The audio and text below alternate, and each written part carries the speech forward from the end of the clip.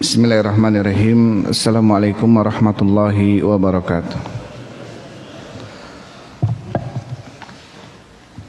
Nahmadullah rabbar rahim wa nusalli wa nusallim ala rasulihil amin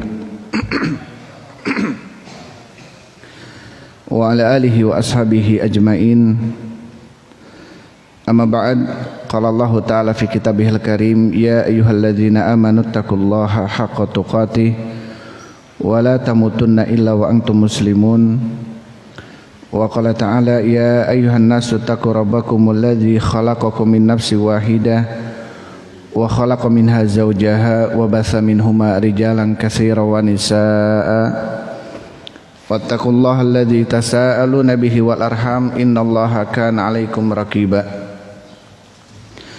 Wa qala ta'ala, ya ayyuhalladzina amanu taqullaha wa qulu qawlan sadida yuslih lakum a'malakum wa yaghfir lakum dhunubakum wa may yuti'illaha wa rasulahu faqad faza fawzan 'azima. Amma ba'du, fa inna asdaqal hadithi kitabullah wa khairal huda huda Muhammadin sallallahu alaihi wasallam wa syarrul umuri muhdatsatuha fa inna kulla muhdatsatin bid'ah wa kulla bid'atin dhalalah wa kulla dhalalatin finnar. A'adhanallahu wa iyyakum minan nar. Hadirin wal hadirat, ikhwan wa akhwati fillah, hafizakumullah. Walhamdulillah, senantiasa kita bersyukur kepada Allah Subhanahu wa taala atas limpahan rahmat dan karunia yang sampai detik ini Allah Subhanahu wa taala masih memberikan kita taufik hidayah sehingga kita bisa melaksanakan salat subuh secara berjamaah, juga dilanjut dengan kajian ilmu. Mudah-mudahan langkah kita yang kita langkahkan ke masjid yang penuh berkah ini menjadi saksi dan memudahkan kita untuk melangkahkan kaki kita ke surga Allah Subhanahu wa taala. Tapi Bapak Ibu, ikhwan wa akhwati fillah, hafizakumullah, insyaallah kita lanjutkan pembahasan kita dalam kitab Al-Usulul Tsalatsah, 3 pondasi atau landasan utama yang perlu bagi kita selaku kaum muslimin muslimat untuk mengetahui dan mengamalkan dan mendakwahkannya. Karena ini adalah dasar akidah kita, ya, pondasi akidah kita. Sebelumnya atau sebulan yang lalu atau 2 bulan yang lalu, ya, karena bulan kemarin kita tidak bisa hadir. Terakhir kita masuk ke pembahasan wa anwa'ul ibadati allati amarallahu biha, dan macam-macam ibadah yang Allah Subhanahu wa taala perintahkan. Mithlul Islam wal iman, seperti Islam, iman, wal ihsan, dan juga ihsan. Wa minhu, dan diantara al ibadah adalah ad-du'a wal khauf wal raja wa tawakkul wal ragbah wal rahbah wal khusyu wal khasyah wal inabah wal isti'anah wal isti'adzah wal istighatsah wal dzabhu wan nadhru wa ghairu dzalika, dan selain daripada itu, min anwa'il ibadati, dari macam-macam ibadah, allati amarallahu biha kulliha lillahi ta'ala, seluruhnya hanya untuk Allah Subhanahu wa taala. Di sini Syekh Muhammad bin Abdul Wahhab rahimahullah menyebutkan macam-macam ibadah yang disebutkan oleh beliau yang Allah Subhanahu wa taala perintahkan kepada kita, seperti Islam, iman, dan ihsan. Dan macam-macam ibadah yang lainnya seperti doa, berdoa, khauf, rasa takut, ya, warroja, berharap, watawakul, bersandar kepada Allah, rogbah, cinta, rohbah, takut, wal khusyu, wal khasyah, dan seterusnya. Kata Syekh, wa ghairu dzalika min anwa'il ibadah, dan selain daripada itu dari macam-macam ibadah. Syekhul Islam Ibn Taimiyah rahimahullahu ta'ala, beliau mengatakan, al-ibadatu ismun jami'un likulli ma yuhibbuhullahu wa yardah. Ibadah itu adalah sebuah nama yang mencakup apa-apa yang dicintai dan diridhoi oleh Allah Subhanahu wa ta'ala. Minal aqwal wal a'mal, baik perkataan atau perbuatan. Adz-dzahirati wal batinah, baik yang nampak atau tersembunyi. Jadi definisi ibadah itu adalah sebuah nama yang mencakup apa-apa yang dicintai dan diridhoi oleh Allah Subhanahu wa taala, baik perkataan, perbuatan yang nampak dan yang tersembunyi. Jadi ibadah itu tidak terbatas. Semua amalan dan amalan tersebut dicintai dan diridhoi oleh Allah Subhanahu wa taala, baik amalan dohir yang terlihat, yang nampak, salat, tawaf, qiraatul Quran, bersedekah, atau amalan-amalan batin yang diamalkan oleh hati kita, rogbah, rohbah, tawakal kita, ya, inabah kita, roja kita, berharap kita, khosyah kita, rasa takut kita. Itu adalah amalan-amalan ibadah, amalan-amalan hati yang tidak boleh kita palingkan kecuali hanya untuk siapa? Hanya untuk Allah Subhanahu wa taala. Kemudian saya membawakan dalil, ini sekilas kita baca karena kayaknya sudah ya. Nanti kita sedikit dijelaskan dalil-dalil tentang macam-macam ibadah. Wa dalilu qauluhu ta'ala, dan dalilnya firman Allah Subhanahu wa taala, wa annal masajida lillahi fala tad'u ma'allahi ahada.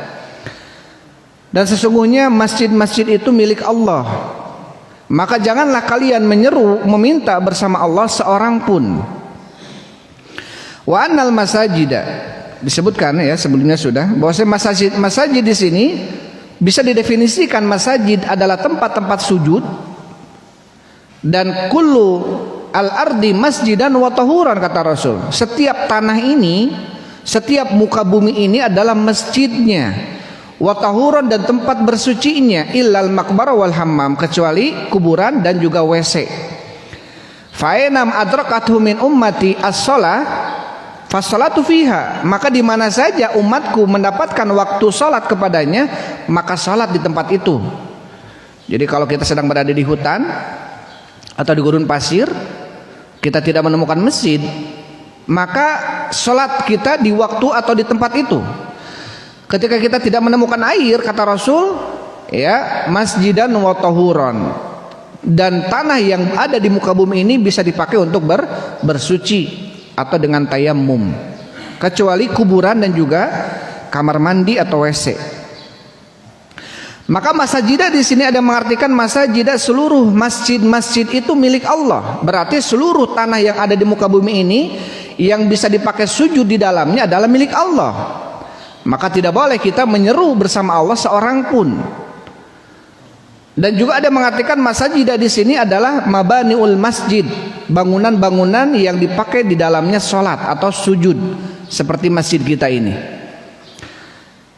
Maka ketika kita melihat dua makna ini, seluruh tempat yang ada di muka bumi ini selain kuburan bersama WC berarti tempat sujud, ya, maka itu adalah milik Allah Subhanahu wa taala. Tidak berhak bagi kita untuk menyekutukan Allah, untuk menduakan Allah, untuk menyerahkan seluruh amalan ibadah yang tadi disebutkan oleh Syekh, seperti doa kita, khauf kita, tawakal kita, inabah kita, itu tidak boleh kita palingkan kecuali hanya untuk Allah Subhanahu wa taala semata saja. Kemudian Syekh mengatakan, faman sarafa minha syai'an li ghairillah, maka barang siapa yang memalingkan dari ibadah-ibadah yang tadi disebutkan, ya, syai'an, sedikit pun, satu saja kita memalingkan ibadah itu untuk selain Allah, fahuwa musyrikun kafirun, maka dia tergolong orang musyrik, orang kafir. Taib, kita misalkan berdoa kepada selain Allah, seluruhnya kita ibadah kita hanya untuk Allah, tapi doanya kita kepada selain Allah, maka dia bisa keluar dari Islam. Ya, dia berdoa kepada sesuatu yang gaib atau berdoa kepada yang hadir ada, tetapi permintaannya yang tidak dimampui kecuali oleh Allah saja, gitu. Kita kita boleh meminta kepada selain Allah, boleh, kalau dua syarat ini terpenuhi. Yang pertama hadir, yang kedua qadir. Hadir berarti ada di depan kita yang kita mintanya. Yang kedua, dia qadir, dia mampu memberikan apa yang kita minta. Dua syarat ini harus ada. Ketika salah satu dari dua syarat ini hilang, maka itu tidak boleh, bisa masuk ke dalam kesyirikan atau kemaksiatan dengan dosa yang besar. Yang pertama, misalkan syarat hadir ada, orang yang kita minta ada orangnya di depan kita, Ini syarat pertama, boleh kita meminta kepada selain Allah. Tetapi syarat yang kedua, dia tidak qadir, tidak mampu menunaikan, memberikan permintaan kita. Misalkan yang kita minta itu hak-hak Allah, seperti hujan. Siapa yang menurunkan hujan? Allah Subhanahu wa taala. Seperti mengetahui ilmu gaib. Siapa yang mengetahui ilmu gaib? Hanya Allah Subhanahu wa taala. Seperti menyembuhkan dan menyehatkan seseorang, mematikan dan menghidupkan seseorang, itu hanya Allah. Ketika kita minta kepada seseorang, orangnya ada, tapi permintaannya adalah sebuah permintaan yang tidak mungkin dikabulkan kecuali hanya oleh Allah saja, ini bisa masuk ke dalam kesyirikan. Kalau kita meyakini orang tersebut mampu. Kita datang kepada seseorang, apapun namanya, mau dibilang orang pintar, mau dibilang orang cerdas lah gitu ya, mau dukun, mau apapun lah, paranormal, apapun lah namanya. Ketika datang kita kepada orang tersebut dan kita yakini orang tersebut mampu mengetahui dan mengamalkan sesuatu yang tidak mungkin kecuali hanya Allah, misalkan tahu ilmu gaib atau menurunkan hujan, ya, seperti viral kemarin. Yang kita tahu, kita yakini bahwasanya yang menurunkan hujan adalah Allah Subhanahu wa taala. Ketika kita minta kepada selain Allah dan kita yakini orang tersebut mampu menurunkan hujan, berarti kita telah meyakini sesuatu yang rusak, bisa merusak akidah kita. Ya, Allah Subhanahu wa taala berfirman, "Wala in sa'altahu man khalaqas samawati wal ard." Dan apabila kamu bertanya kepada mereka, yang Muhammad, siapa yang telah menciptakan langit dan bumi dan siapa yang telah mengurus keduanya, pasti mereka akan mengatakan Allah. Jadi orang musyrikin terdahulu saja mereka yakin yang menciptakan langit dan bumi adalah Allah, yang mengatur urusan keduanya ini adalah Allah Subhanahu wa taala. Bahkan yang menjadikan sesuatu adanya musibah dalam dunia ini, baik itu gempa, baik itu longsor, baik itu tsunami, baik itu gunung meletus, itu semuanya hak Allah Subhanahu wa taala. Tidak ada sedikit pun campur tangan manusia dalam hal itu. Walaupun mungkin sebabnya ada. Misalkan seseorang manusia karena keteledoran, keserakahan mereka membabad hutan dan gundul, akhirnya menyebabkan terjadinya longsor. Tetapi hakikat longsor itu adalah hak Allah, walaupun sebabnya manusia melakukan itu. Makanya kata Allah Subhanahu wa taala berfirman, "Dhaharul fasadu fil barri wal bahri bima kasabat aydin nas." Telah nampak kerusakan di daratan dan di lautan karena sebab-sebab ulah tangan manusia.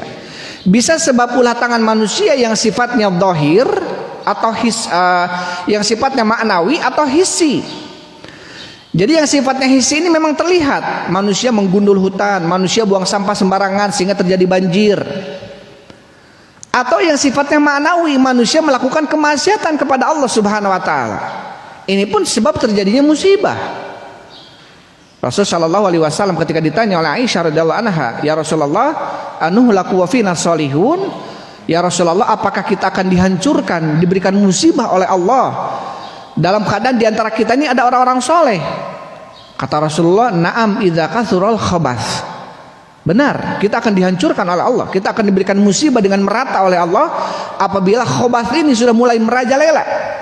Khabath ini perzinahan, perjudian, dan minuman keras, itu masuk ke dalam kategori khabath.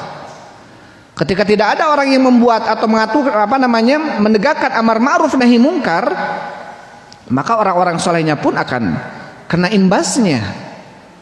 Akan kena imbas dari musibah yang Allah Subhanahu wa taala berikan kepada manusia karena sebagian ulah-ulah tangan manusia. Baik, kita kembali. Kemudian kata Syekh, "Faman sarafa minha syai'an li ghairillah," barang siapa yang memalingkan dari ibadah-ibadah tadi sedikit pun untuk selain Allah, fahuwa musyrikun kafir, maka dia orang musyrik, orang kafir. Ya, misalkan tadi kita katakan meminta kepada selain Allah boleh, syaratnya dua, harus qadir dan hadir. Kalau ada hadirnya ada tapi dia nggak qadir, ini masuk ke dalam kategori kesyirikan. Kalau dia meyakini orang tersebut mampu memberikan, menunaikan sesuatu hak Allah, seperti mengetahui ilmu gaib, seperti menyembuhkan. Oh, orang ini sakti bisa menyembuhkan. Kalau kita yakini bahwasanya orang ini hanya sebab kesembuhan orang tersebut, yang menyembuhkan itu Allah, ini nggak apa-apa. Dokter dengan ilmu yang dimilikinya mampu menyembuhkan atas izin Allah. Dia hanya sebab saja. Ini tidak apa-apa. Tapi kalau sudah meyakini bahwasanya dokter sendirilah yang menyembuhkan bukan Allah, berarti masuk ke dalam kategori kesyirikan. Atau kita minta kepada seseorang yang permintaannya tuh ada, bisa, mampu, tapi orangnya nggak ada gitu. Orangnya di mana gitu ya? Orangnya di Jawa Timur, misalkan orangnya di Cirebon gitu ya, atau orangnya di Demak. Kemudian kita minta dari sini, ya wali fulan, ya syekh fulan. Padahal di mana gitu? Kita yakini dia mengetahui, kita yakini dia mendengar apa yang kita ucapkan. Ini termasuk kesyirikan. Apabila kita meyakini orang tersebut dengar ucapan kita, padahal kita di mana, dia di mana gitu ya. Padahal permintaannya mungkin hanya kirimkan apa saja, misalkan transferkan uang dengan permintaan batin kita kepada dia. Ini tidak boleh. Karena ada orang-orang sekarang yang lebih takut kepada guru-gurunya dibanding kepada Allah Subhanahu wa taala. Gurunya di Jawa Timur, di pondok. Dia kuliah di Bandung, di IAIN. Temannya mengingatkan, kamu kenapa mabuk? Apakah kamu nggak takut sama Abuya katanya, sama Gus Fulan dan lain sebagainya. Padahal Gusnya di mana, ustadznya di mana, dia di mana? Dia di Bandung dia. Jadi seakan-akan kekhawatiran itu lebih dahsyat. Seakan-akan mereka guru-gurunya ini mampu mengetahui apa yang dilakukan oleh muridnya. Sampai sebegitunya. Nah, ini tentunya khauf yang tidak boleh seseorang meyakini ini gitu ya. Karena khauf seperti ini hanya untuk Allah Subhanahu wa taala saja. Tapi kemudian Syekh mengatakan wa dalilu qauluhu ta'ala, dan dalilnya firman Allah Subhanahu wa taala, wa may yad'u ma'allahi ilahan akhar, dan barang siapa yang menyeru meminta bersama Allah ilahan akhar, sesembahan yang lainnya, la burhana lahu bihi, yang tidak ada bukti lahu atas keilahan dia bihi dengannya, fa inna ma hisabu inda rabbih, maka sesungguhnya perhitungannya di sisi Rabbnya, di sisi Allah Subhanahu wa taala. Innahu la yuflihul kafirun, sesungguhnya tidak akan beruntung orang-orang yang kafir. Ya, tidak akan beruntung orang-orang yang kafir. Jadi barang siapa yang meminta kepada Allah, ya, dan juga kepada ilahan akhar, kepada ilahan akhar sesembahan yang lainnya. Di sini Allah Subhanahu wa taala menetapkan ada sesembahan selain Allah. Ya, ada sesembahan selain Allah. Ketika orang-orang musyrikin, Rasulullah mengatakan kepada mereka, "Qul la ilaha illallah tuflihu." Katakanlah oleh kalian la ilaha illallah, kalian akan beruntung. Kata orang-orang musyrikin, aja'ala alihatina ilahan wahida, apakah Muhammad ini hendak menjadikan sesembahan kami ini sesembahan yang satu? Inna hadza la syai'un ujab, sesungguhnya ini perkara yang sangat mengherankan sekali. Allah menetapkan ada ilah selain Allah, ada sesembahan selain Allah, yang disembah selain Allah ada, tetapi sesembahan tersebut tidak berhak untuk disembah. Makanya para ulama mengartikan la ilaha illallah, arti yang tepat adalah la ma'buda bihaqqin illallah. Tidak ada sesembahan yang berhak disembah kecuali Allah. Ada mengartikan tidak ada sesembahan selain Allah. Ini benar tetapi kurang tepat. Karena apa? Di sana ada sesembahan selain Allah yang Allah juga akui gitu. Yang Rasul juga sebutkan memang ada sesembahan selain Allah. Pada zaman kaum Nuh disebutkan dalam surat Nuh, la tadarunna alihatakum, janganlah kalian meninggalkan sesembahan kalian. Wala tadarunna waddan waswa'an wa yaghutha wa ya'uqa wa nasra. Jadi mereka menetapkan ada sesembahan selain apa? Selain Allah. Apakah hanya saja sesembahan tersebut tidak berhak untuk disembah. Makanya pengertian la ilaha illallah adalah la ma'buda bihaqqin illallah. Sebagaimana dalam surat Al-Hajj Allah Subhanahu wa taala berfirman, "Dzalika bi annallaha huwal haqq wa anna ma yad'una min dunihi al-batil." Itulah karena Allah Subhanahu wa taala adalah sesembahan yang berhak disembah. Wa anna ma yad'una min dunihi, dan apa-apa yang diseru diminta selain Allah huwal batil. Dia adalah sesembahan yang batil, yang salah.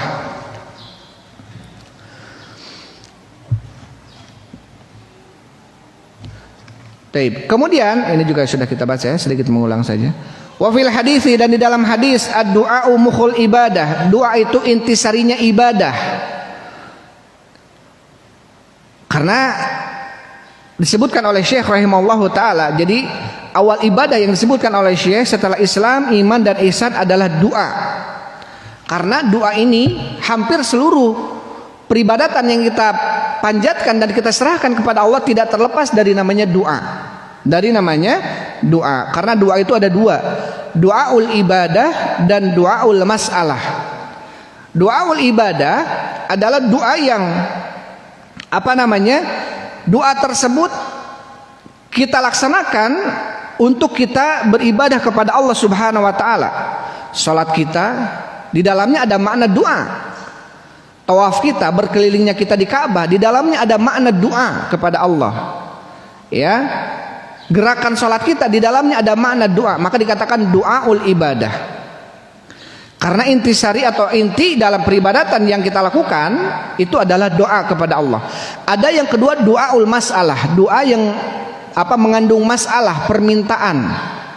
Seperti kita meminta kepada Allah, ya Allah ya Ghaffar ighfirli, ya Allah ya Rahman irhamni, ya Allah ya Razzaq urzukni, dan seterusnya.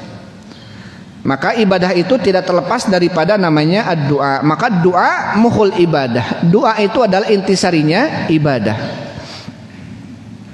Wa dalilu qauluhu ta'ala, dan dalilnya firman Allah Subhanahu wa ta'ala, wa qala rabbukum ud'uni astajib lakum. Dan telah berkata Rabb kalian, ud'uni, mintalah kalian kepadaku, astajib lakum, niscaya aku akan menjawabnya untuk kalian. Innal ladzina yastakbiruna an ibadati, sesungguhnya orang-orang yang mereka sombong daripada beribadah kepadaku. Ini awal konteks ayatnya adalah tentang doa. Kemudian Allah mengakhiri dengan innal ladzina yastakbiruna an ibadati, sesungguhnya orang-orang yang sombong daripada beribadah kepadaku. Maksudnya daripada meminta kepadaku. Maka orang yang tidak pernah meminta kepada Allah dikatakan oleh Allah seperti orang yang sombong. Innal ladzina yastakbiruna an ibadati, sesungguhnya orang-orang yang sombong daripada ibadah kepadaku, sayadkhuluna jahannama dakhirin, maka mereka akan masuk neraka jahanam. Baik, sampai situ kita membahas ya. Kemudian setelahnya Syekh mengatakan wa dalilul khaufi, dan dalilnya khauf. Dalilnya khauf termasuk ibadah. Qauluhu ta'ala, firman Allah Subhanahu wa ta'ala, fala takhafuhum wa khafuni in kuntum mu'minin, maka janganlah kalian takut kepada mereka, takutlah kalian kepadaku, kata Allah. In kuntum mu'minin, jika terbukti kalian adalah orang-orang yang beriman. Jika terbukti kalian adalah orang-orang yang beriman. Syekh Muhammad bin Shalih Al-Utsaimin rahimahullah, beliau menyebutkan al-khaufu salah satu anwa'in. Khauf itu ada 3 macam. Jadi rasa takut itu ada tiga macam. Ada yang namanya khaufun tabi'i, khauf tabiat, khauf yang wajar dan boleh. Ya, ini khauf tabiat. Ka khaufil insani minas subuh wan nar wal gharq, wa hadza la yulamu alaihi al-abdu. Seperti takutnya seseorang manusia dari binatang buas, atau seperti takutnya seseorang manusia dari panasnya api, atau seperti takutnya seseorang manusia ketika tenggelam atau jatuh dari ketinggian. Ini wajar. Ya, ketika ada seseorang yang takut dari model takutnya seperti ini la yulamu alaihi, kata Syekh. Orang tersebut tidak dicela. Wah, kamu mah penakut, pengecut. Masa sama api saja takut gitu. Enggak ada orang seperti itu mengatakan. Wah, kamu mah pengecut, sieunan, banyak kusinga sieun gitu. Ini hal yang wajar ketika kita takut dari binatang apa? Binatang buas. Atau dinamakan dengan khauf tabi'i, dan ini mubah. Ini wajar dan boleh. Ya, dan boleh. Kemudian yang kedua adalah khauful ibadati, yaitu khauf ibadah. Khauf ibadah adalah an yakhafa ahadan yata'abbadu bil khaufi lahu fahada la yakunu illa lillah. Khauf ibadah adalah takutnya seseorang kepada sesuatu yang dengan takut tersebut menyebabkan dia menghambakan diri di hadapan sesuatu itu. Maka ketakutan seperti ini tidak boleh kecuali hanya untuk Allah saja.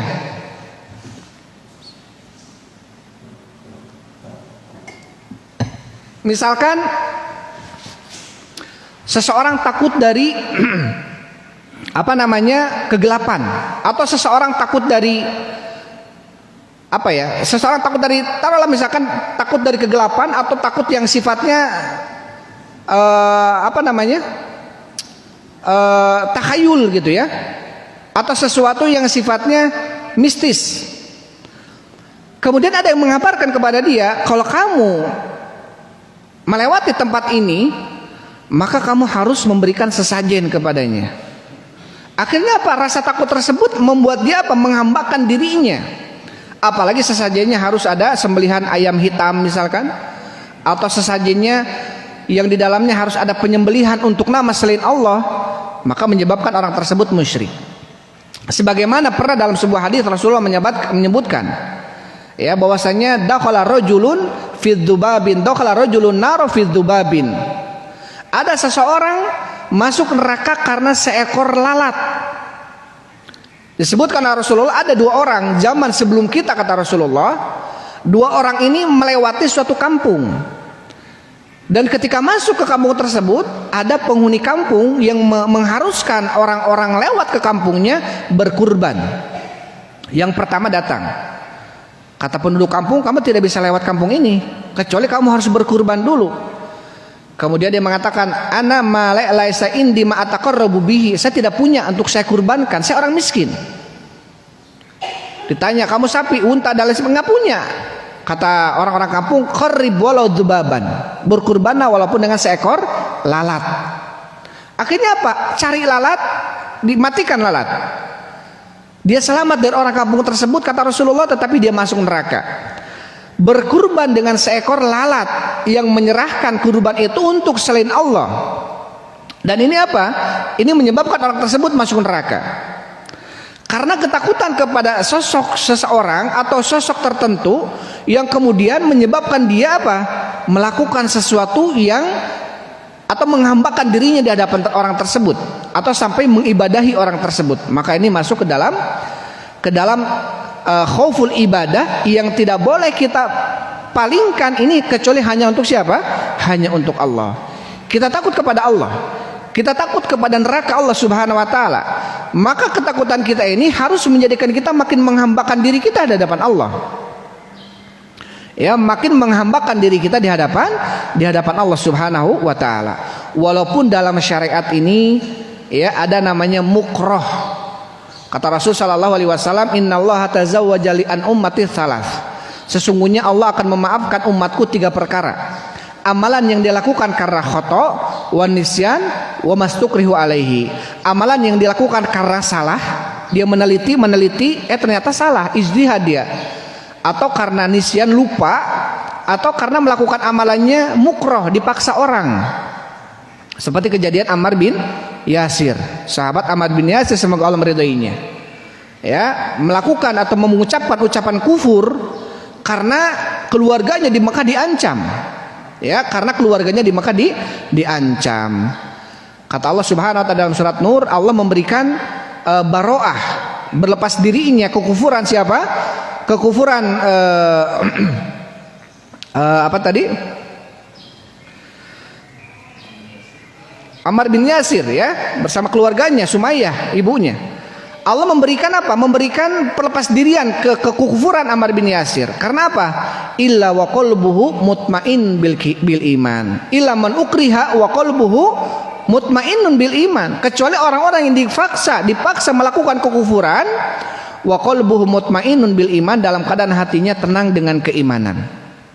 Nah, ini lain lagi. Kalau kemudian seseorang dipaksa oleh orang tertentu untuk melakukan kesyirikan, kalau tidak dia diancam, akhirnya dia melakukan kekufuran, dalam hatinya tenang dengan kekufuran itu, maka dia bisa kufur, nggak terpaksa orang itu. Tapi kalau orang dipaksa oleh kelompok tertentu ya untuk melakukan kekufuran, hatinya nggak mau dia. Tapi kalau tidak melakukan itu dia bisa mati. Dia melakukan kekufuran dalam keadaan hatinya iman, maka orang tersebut termasuk kategori orang yang terpaksa dan boleh melakukan kekufuran. Maksudnya kekufuran tersebut tidak menyebabkan dia kufur karena hatinya tenang dengan keimanan. Ini khauf yang kedua. Maka khauf yang seperti ini harus kita berikan hanya untuk Allah. Tidak boleh kita palingkan kepada selain Allah Subhanahu wa taala. Baik sosok tertentu gitu ya, kelompok tertentu gitu ya, mengharuskan kita melakukan kemaksiatan kepada Allah. Karena Rasulullah sallallahu alaihi wasallam beliau mengatakan la ta'atal makhluk fi ma'siyatil khaliq. Tidak boleh kita taat kepada makhluk di dalam bermaksiat kepada sang pencipta. Tidak boleh kita melakukan kemaksiatan kecuali kita terpaksa nih, nggak bisa lagi. Kita nggak bisa lagi kecuali melakukan itu misalkan. Kalau enggak habis saya. Kalau betul-betul dia terpaksa ya, hatinya tetap dengan keimanan, maka orang tersebut berarti mukroh, yang masuk ke dalam kata Rasulullah, sesungguhnya Allah memaafkan dari umatku 3 perkara. Amalan yang dilakukan karena dipaksa orang lain ya. Kemudian yang ketiga adalah khaufus sirri. Khauf, rasa takut yang tersembunyi. Ini rasa takut yang tersembunyi. Khaufus sirri ini ka'an ya khaufa sahibal qabri, seperti seseorang takut dengan kuburan dan penghuni kuburnya. Ini khauf sirri. Awwaliyan ba'idan anhu, atau takut kepada si wali fulan padahal walinya di Demak misalkan. Padahal walinya di Jawa Timur misalkan. Padahal walinya di mana dia? Kita di mana, dia di mana? Dia takut wali itu mengetahui gerak-gerik kita. Ini namanya khaufus sirri. La yu'athiru fihi lakinnahu yakhafuhu makhafatan sir. Ya, dia takut dari sosok-sosok tertentu tadi yang disebutkan dengan ketakutan yang sir, tersembunyi. Fahada aidan dzakara ulama minasyirik. Maka ini pun dikategorikan oleh para ulama termasuk kesyirikan. Tidak boleh. Ya, karena apa? Karena tidak ada sebab-sebab yang menyebabkan orang tersebut harus takut darinya. Orangnya tidak ada, dia tidak mengetahui juga. Berarti kalau dia takut dari sosok tertentu padahal orangnya jauh, berarti dia meyakini sesuatu pada orang tersebut. Dan keyakinan ini yang menyebabkan dia bisa masuk ke dalam kesyirikan. Itu khauf.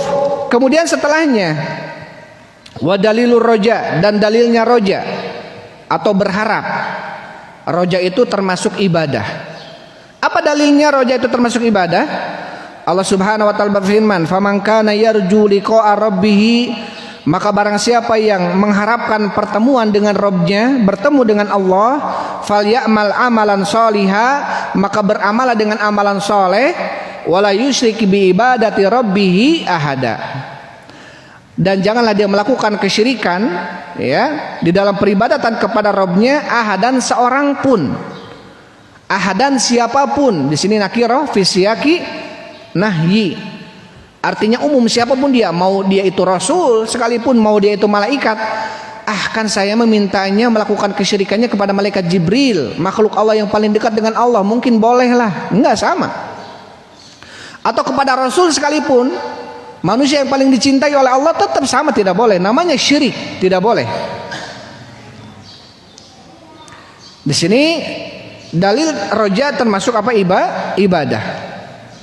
Jadi kita tuh betul-betul harus roja kita, harapan kita ini, sandaran kita atau berharap itu hanya kepada Allah Subhanahu wa taala. Ya, hanya kepada Allah Subhanahu wa taala. Boleh kita berharap kepada selain Allah di dalam perkara-perkara yang memang orang tersebut mampu memberikan harapan kepada kita. Karena kalau tidak ya PHPTA namanya ya. Akhirnya kita sakit hati gitu. Syekh mengatakan ar-roja, roja adalah tamul insani fi amrin qaribil manal. Roja itu adalah tomaknya, keinginan manusia, harapan manusia di dalam sebuah perkara yang perkara tersebut mudah dan bisa digapai. Ya, mudah dan bisa digapai, atau cita-cita. Sesuatu, jadi kita menggantungkan harapan kita Taruhlah ada seseorang menjadi tulang punggung di rumah, di keluarganya, anak tertuanya, menjadi harapan orang tua gitu. Ya, menjadi harapan orang tuanya agar bisa membantu kehidupan keluarganya misalkan. Jadi dia apa? Menaruhkan harapan kepada orang tersebut. Wa qad yakunu fi ba'idil manal tanzilan lahu manzilatal qarib. Atau dia mengharapkan sesuatu yang sesuatu itu jauh kemungkinan untuk digapainya. Maka di dalam bahasa Arab itu ada roja, ada tamanni, ada harapan, ada angan-angan. Harapan boleh kita sandarkan kepada selain Allah, memang kalau kita mampu dan bisa menggapainya. Tetapi kalau kemudian tamanni ini adalah tolabul husul, tolabul husul fil mustahil, meminta sesuatu dalam kondisi mustahil. Misalkan dia mengatakan ya laitali janah faati robihi, duhai kalaulah seandainya saya punya sayap saya akan terbang. Ini termasuk tolabul tamanni. Ini tamanni, roja yang jauh harapannya, tidak mungkin dia gapai. Ini sama sekali tidak boleh. Makanya kata Rasul sallallahu alaihi wasallam, la taqulu lau, jangan kalian ucapan lau, fa innahal lau min amali syaiton. Karena lau itu termasuk amalan syaiton. Aduh, lamun orang teh kieu nya, aduh lamun orang teh kitu, aduh dan lain sebagainya. Ada lau, ada andai-andai. Dan ini tidak boleh. Karena andai-andai itu kata Rasulullah min amali syaiton, termasuk amalannya syaiton. Ya, termasuk amalannya syaiton. Di dalam roja harapan wa'lam kata Syekh, anna roja al mahmuda la yakunu illa liman amil bi taatillahi wa raja'a thawabiha. Ketahuilah bahwasanya roja harapan yang terpuji adalah harapan yang harapan tersebut dia disertai dengan amalan soleh. Kita berharap kepada Allah, roja kepada Allah, pingin diberikan kesuksesan dalam belajarnya, pingin diberikan kelancaran dalam usahanya, tetapi tidak dibarengi dengan amalan ketaatan kita kepada Allah. Maka roja tersebut adalah roja yang bisa dikatakan roja yang sia-sia. Di sisi lain kita berharap kepada Allah rahmatnya, tetapi tidak kita berupaya untuk mendapatkan rahmat tersebut dengan melakukan ketaatan kepada Allah. Ya, dengan melakukan ketaatan kepada Allah Subhanahu wa taala. Maka roja seperti ini dikatakan oleh Syekh, fa marja'u bila amalin fahuwa gururun. Maka roja harapan tanpa dibarengi dengan amalan, maka roja tadi namanya gurur atau magrur. Roja yang tertipu, harapan yang tertipu. Ya. Maka roja ini termasuk roja yang harus dibarengi dengan amalan. Dan ini ibadah. Ketika seseorang berharap kepada selain Allah di dalam hal-hal yang tidak bisa diberikan kecuali hanya oleh Allah saja, ini termasuk roja yang sifatnya bisa mengandung kemaksiatan, dosa besar, atau bisa mengandung kesyirikan. Kita berharap kepada selain Allah sesuatu yang tidak mampu memberikan harapan itu hanya Allah gitu ya, maka roja itu termasuk roja yang sifatnya maksiat. Ya, kita berharap kepada manusia, berharap kepada manusia tentang keamanan negeri gitu ya, atau tentang agar tidak turunnya musibah, atau tentang akan dihilangkannya wabah dari dunia ini, padahal yang mampu menghilangkan Allah. Kita berharap kepada manusia. Ini termasuk yang tidak boleh. Karena yang mampu menghilangkan musibah hanya Allah Subhanahu wa taala. Yang mampu memberikan musibah dan menghentikan musibah adalah Allah Subhanahu wa taala. Maka kita pun harus bersandarnya, berharapnya hanya kepada Allah Subhanahu wa taala.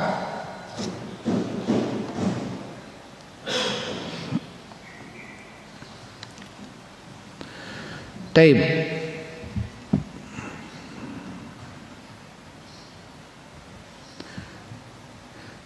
Satu poin lagi ya, kita baca satu poin lagi. Sampai jam berapa nih kita nih? Jam 6 lebih ya. Taib. Yang kemudian setelahnya adalah tawakal. Tawakal termasuk ibadah.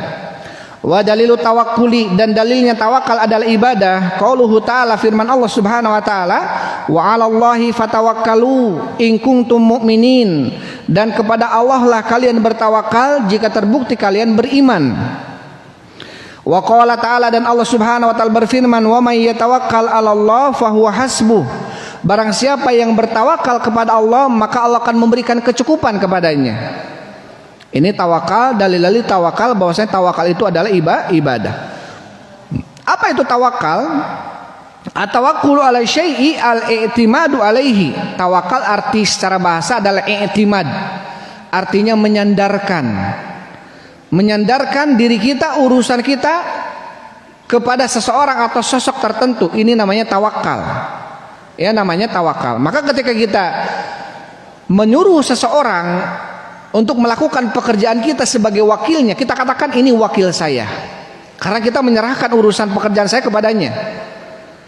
I'timad. Wa tawakkulu 'alallahi ta'ala, dan bertawakal kepada Allah adalah al-i'timadu 'alallahi ta'ala kifayatan wa hasaban fi jalbil manafi wa daf'il madar.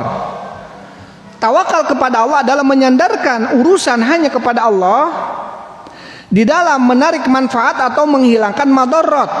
Wa huwa min tamamil iman, dan tawakal seperti ini termasuk kesempurnaan iman seseorang. Makin dia bertawakal kepada Allah, makin menunjukkan kesempurnaan imannya.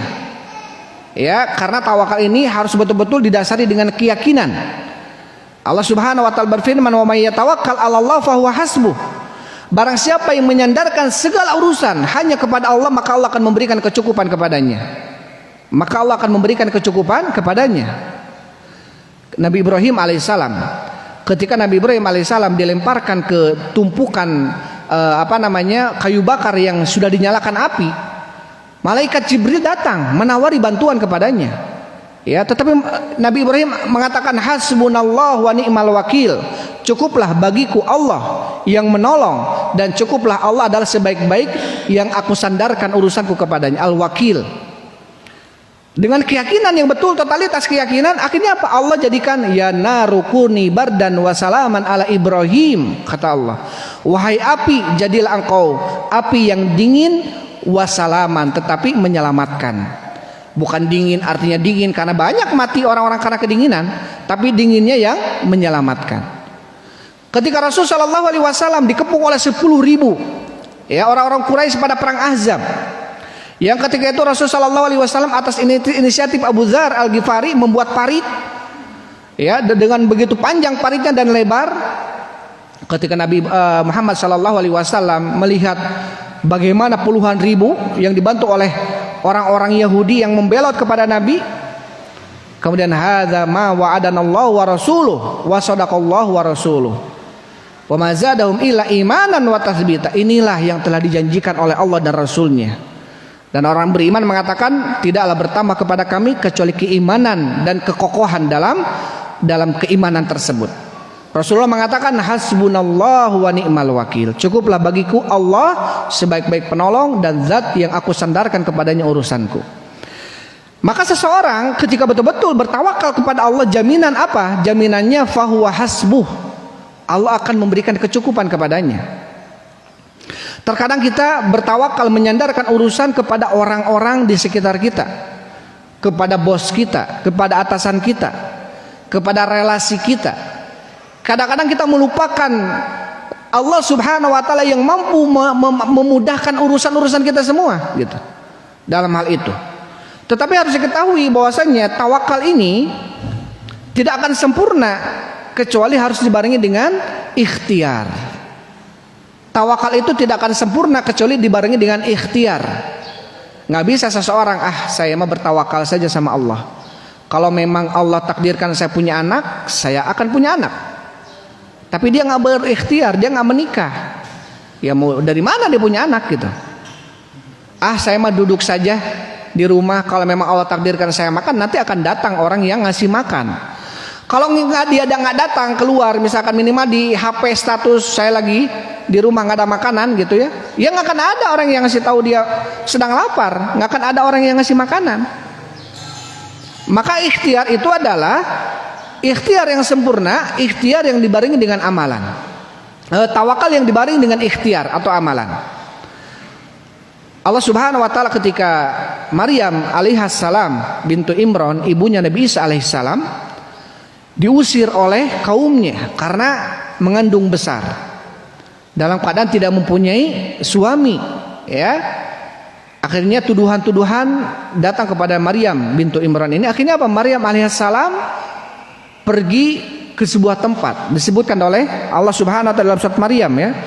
Pergi kemana? Ke kebun atau ke sebuah tempat, dan di sana ada perkebunan. Dalam kondisi setelah melahirkan, kemudian kecapean, membawa anak perjalanan jauh, kemudian Allah Subhanahu wa taala berfirman, wa huzzi ilaiki bijid'in nakhlah tusakit alaiki rutoban janiya. Coba goyangkan olehmu ya Maryam pohon kurma itu, niscaya akan berjatuhan kepadamu rutoban janiya, rutob kurma-kurma yang segar, yang matang. Maryam alaihissalam seorang perempuan yang baru melahirkan, membawa anaknya jauh dalam kondisi kecapean, keletihan, oleh Allah disuruh bergoyang atau menggoyangkan pohon kurma gitu. Pohon kurma itu kurang lebih seperti pohon, kalau di sini dulu ada jambe nggak ya? Atau kita tahu lah pohon kurma ya, bagaimana kokohnya pohon kurma. Makanya Rasulullah mengibaratkan orang muslim itu seperti pohon kurma, kuat dia. Ketika ada angin nggak goyang dia, ya, karena memang kuat, kokoh. Allah Subhanahu wa taala memerintahkan kepada Maryam untuk apa? Menggoyangkan. Coba goyangkan ya Maryam pohon kurma itu, nanti akan berjatuhan kurma-kurma yang matang. Allah Subhanahu wa taala kalau mau langsung aja gubrakeun wae ku Allah gitunya kurma itu. Tetapi di sini Allah mengajarkan kepada Maryam agar berupaya, berikhtiar. Walaupun secara logika nggak mungkin orang yang baru lahiran, orang yang dalam perjalanan jauh, kecapean, terus ngegoyang ke naon? Kurma gitu. Pohon kurma ini sesuatu yang tidak masuk akal. Tetapi itulah Allah mengajarkan bagaimana pentingnya kita berikhtiar. Apapun ikhtiar kita, kembalikanlah urusan akhirnya hanya kepada Allah Subhanahu wa taala. Kita mah hanya berikhtiar. Ya, dan itu yang diperintahkan oleh Allah. Yang penting ikhtiar. Ya, yang penting ikhtiar. Apapun hasilnya itu hanya Allah yang menentukan. Maka ini bertawakal. Maka ketika ada seseorang dia bertawakal kepada selain Allah, di sini oleh Syekh disebutkan tawakal itu ada beberapa macam. Ya, ada beberapa macam. Yang pertama tawakal kepada Allah termasuk kesempurnaan iman, dan tanda-tanda tawakal seperti ini adalah yakin. Adalah yakin. Jadi tawakal itu tidak akan terlepas dari keyakinan. Semakin dia bertawakal, semakin menunjukkan makin yakin dia sama Allah Subhanahu wa taala. Ya, makin yakin sama Allah Subhanahu wa taala. Dan tawakal seperti ini wahwa wajibun, adalah perkara yang wajib, la yatimul imanu illa bihi, yang tidak akan sempurna keimanan kecuali dengan tawakal seperti ini. Kita harus yakin. Ya, karena iman itu adalah keyakinan. Semakin yakin kita, ya, bahwasanya Allah zat yang maha segalanya, dan kita sandarkan urusan kita ini hanya kepada zat yang mampu menunaikan segalanya dengan keyakinan kita, maka apalagi kita husnudzon sama Allah, kita akan mendapatkan apa? Kebaikan. Karena Allah berfirman dalam hadis qudsi, ana inda dzanni abdi bi, saya berada prasangkaan hambaku kepadaku, falyadzun bi masya, maka hendaklah berprasangka kepadaku sesukanya. Jadi kalau dia prasangkanya baik sama Allah, insya Allah ini mah yakin gitu ya, insya Allah akan mendapatkan kebaikan dari Allah Subhanahu wa taala. Yang kedua, tawakkulu sirri bi an ya'tamida ala mayyitin fi jalbil manfaah. Tawakal menyandarkan urusan yang sifatnya sir, tersembunyi. Seperti apa? Seperti menyandarkan urusan kepada mayyit. Fi jalbil manfaah, di dalam menarik kemanfaatan. Seakan-akan penghuni kubur ini mampu memberikan manfaat kepada kita. Ini menyandarkan urusan kepada mayit, ini tidak boleh, termasuk kesyirikan. Ada orang-orang datang ke kuburan meminta ke kuburan. Ketika ditanya, kenapa kamu meminta ke kuburan? Aduh, karena dia ini orang soleh, dia ini wali, dia ini dekat sama Allah. Sedangkan saya orang yang berlumuran dosa. Ya, mudah-mudahan wali ini bisa memintakan ampun untuk saya nanti di hadapan Allah, bisa memberikan syafaat untuk saya. Ini syubhat seperti ini sama seperti syubhatnya zaman musyrikin zaman Rasul sallallahu alaihi wasallam.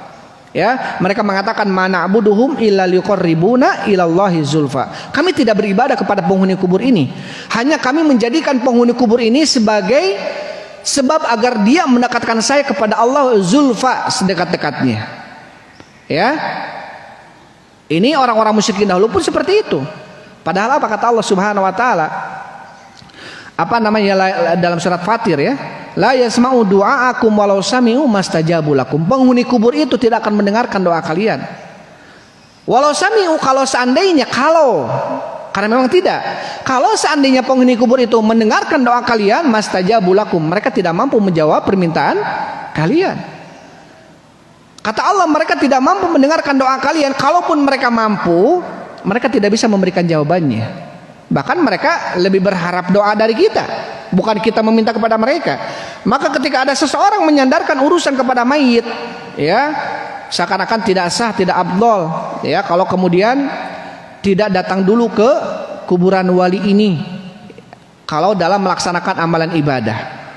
Ada keyakinan seperti itu, maka ini harus dihilangkan. Karena apa? Seperti ini berarti menyandarkan sesuatu perkara kepada selain Allah. Apalagi itu adalah makhluk yang sudah meninggal, sudah mati. Baik, itu pembahasan tentang tawakal atau tadi definisi daripada macam-macam ibadah yang disebutkan oleh Syekh rahimahullahu taala.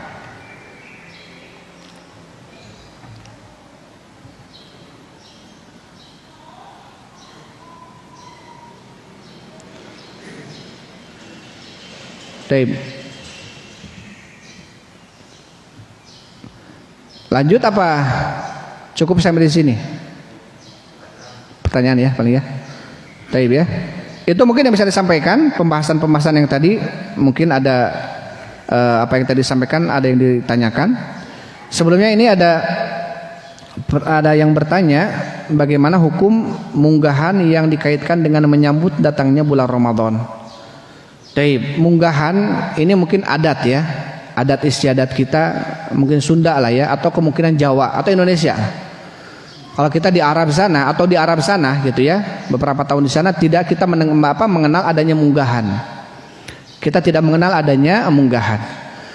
Kalau menjadikan adat ini sebagai adat yang tidak menyelisih syariat adatnya, maka tidak apa-apa dalam Islam.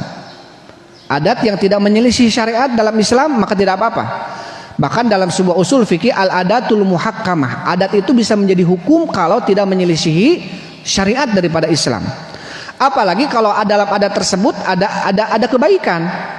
Misalkan orang-orang yang bekerja jauh dia tidak bisa datang di bulan di Idul Fitri gitunya, hanya bisa di awal Ramadan, dia lakukan itu tidak apa-apa. Dalam keadaan dia tidak meyakini kalau tidak munggahan bersama keluarga dia dosa. Nah, ini yang menjadi poin. Jadi munggahan itu hukumnya mubah saja. Dia mau melakukan silakan, tidak pun tidak apa-apa. Tidak pun tidak apa-apa. Jangan sampai menjadikan ini sebagai bagian daripada ibadah. Itu hanya adat saja.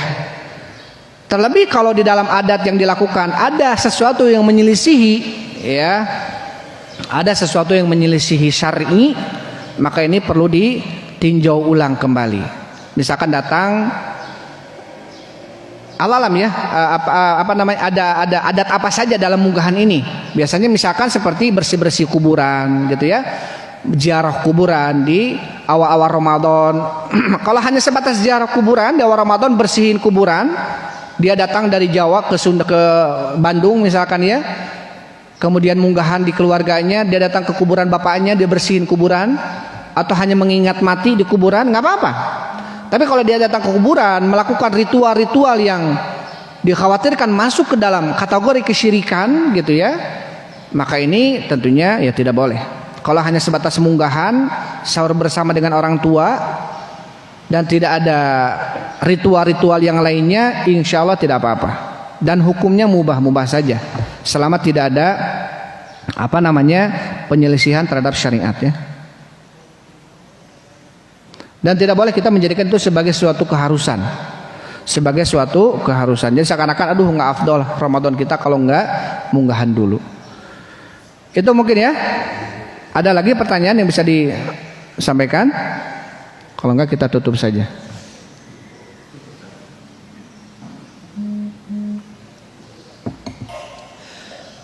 Cukup pengen tanya. Wallahu a'lam bishawab. Alhamdulillah.